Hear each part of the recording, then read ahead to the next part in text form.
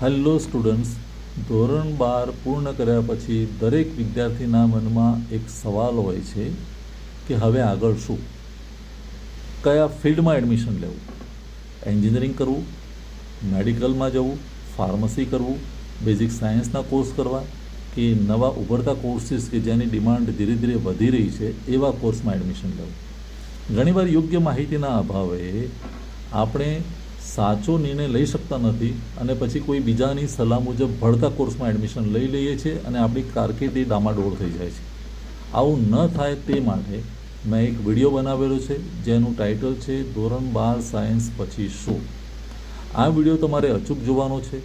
આ વિડીયો જોશો તો તમને ખબર પડશે કે ધોરણ 12 પછી ઘણા બધા કોર્સીસ અવેલેબલ છે, એની કારકિર્દી તમને ઉપલબ્ધ છે, એમાં આવનારા ભવિષ્યમાં શું તકો છે એની પણ તમને જાણ થશે. તો આ વિડીયો જરૂરથી જોશો અને જોશો તો તમને ખબર પડશે કે આજે મળેલી માહિતી, આ વિડીયોમાં મળેલી માહિતી તમારા ભવિષ્યના નિર્ધારણ માટે બહુ અગત્યની સાબિત થશે. એ વિડીયોની લિંક મેં આ ડિસ્ક્રિપ્શનમાં આપેલી છે.